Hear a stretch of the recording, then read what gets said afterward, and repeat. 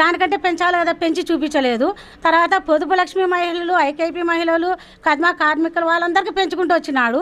మరి anganwadi workers and helpers వాళ్ళు ఆయాలు కానీ టీచర్లు కానీ ఆడవాళ్ళం కాదా, మహిళలుగా మేము ఆయనకి కనబడడం లేదా? పోనీ అక్క చెల్లెలకి వేస్తున్నాను అని అంటున్నాడు, మీటర్ నొక్కుతున్నాడు. మరి మేము అక్క చెల్లెలం కదా, మాకు ఒక మీటర్ నొక్కొచ్చు కదా, ఇన్ని వేలు జీతం వేస్తున్నామని. ప్రభుత్వ ముఖ్యంగా anganwadi workers and helpers union సందర్భంగా మేము మాట్లాడేదంటే మమ్మల్ని ప్రభుత్వ ఉద్యోగులుగా గుర్తించాలి, 26,000 జీతం ఇవ్వాలని కోరుకుంటున్నాము.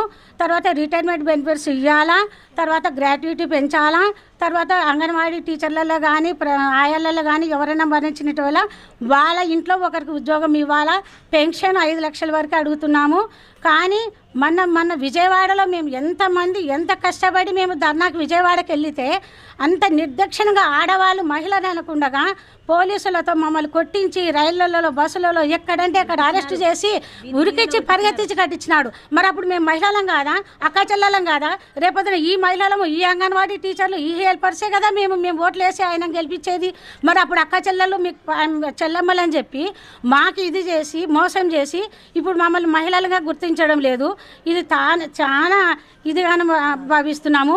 ముఖ్యంగా మమ్మల్ని అయితే ఖచ్చితంగా మాకు గ్రాడ్యుయేట్ ఇవ్వాలా, ప్రభుత్వ ఉద్యోగులు గుర్తించాలా, జీతాలు పెంచాలా, తెలంగాణ కంటే ఎక్కువ ఇవ్వాలా.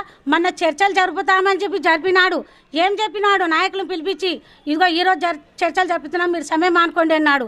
సరే అని 2 రోజులు వాయిదా చేస్తే నిన్న 11వ తేదీ రాత్రి పొద్దున 9:30కి చర్చలకు పిలిచి 9:30, 12:30, 3:30, 6:30 లాస్ట్కు 7 గంటలకు చర్చలు జరిపి ఏమంటారు, మేము గ్రాట్యుటీ ఇవ్వలేము, జీతాలు పెంచలేము, కానీ మీకు 40,000 ఆయాలకు ఇస్తాము, రిటైర్డ్ అయితే పెన్షన్ టీచర్లకు 1,00,000 ఇస్తాము. అది కూడా నోటి వాకుతో చెప్పినారు.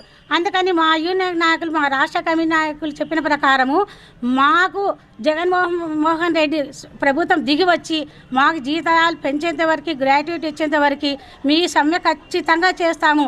తర్వాత ప్రభుత్వం దొంగ దాపరికాలు చేస్తుంది, ఉద్యోగస్తులతో మమ్మల్ని మభ్యపెడుతుంది, సూపర్వైజర్ల ద్వారా, ఇంకో ఉద్యోగస్తుల ద్వారా.